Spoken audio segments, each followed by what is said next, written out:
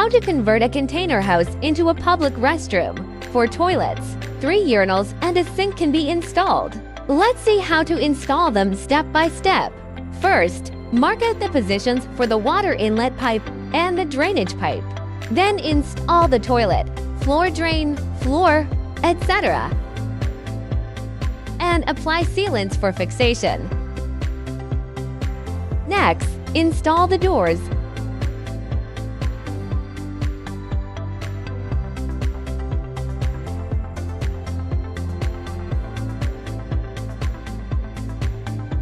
Windows and exhaust fans to ensure adequate lighting and the flow of fresh air.